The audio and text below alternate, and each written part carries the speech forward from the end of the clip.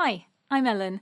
In this video, I'm going to talk about some general features of academic writing that you need to be familiar with if you want to succeed in your own writing at university. First of all, you need to consider that writing is communicative. In all forms of communication, there is a sender who transmits a message to a receiver. In academic writing, that message will be a fact-based argument, and in order to successfully deliver this, you need to know who you're writing for and what you can expect your target reader to already know. In other words, identifying your audience is crucial. Another central feature of academic writing is that it's objective, which means you should avoid biased language and generalizations, and that you shouldn't bring in your personal preconceptions or opinions.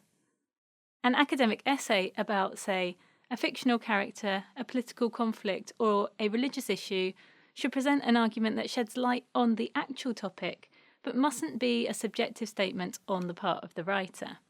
Academic writing is a formal genre, and you are expected to use a rather strict register and format.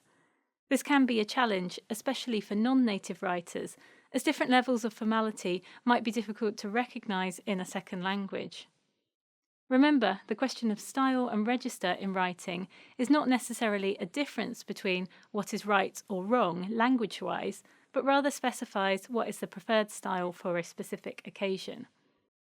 In other words, what is right in one context may not be considered okay in another.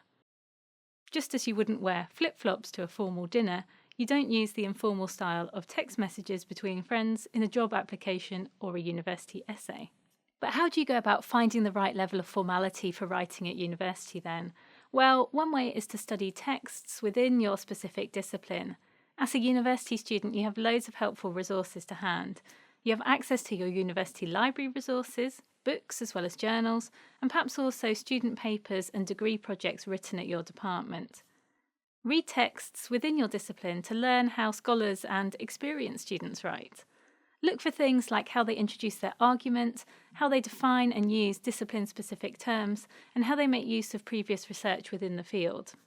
The last thing I'd like to raise here is the fact that writing practices do vary from one academic discipline to the next.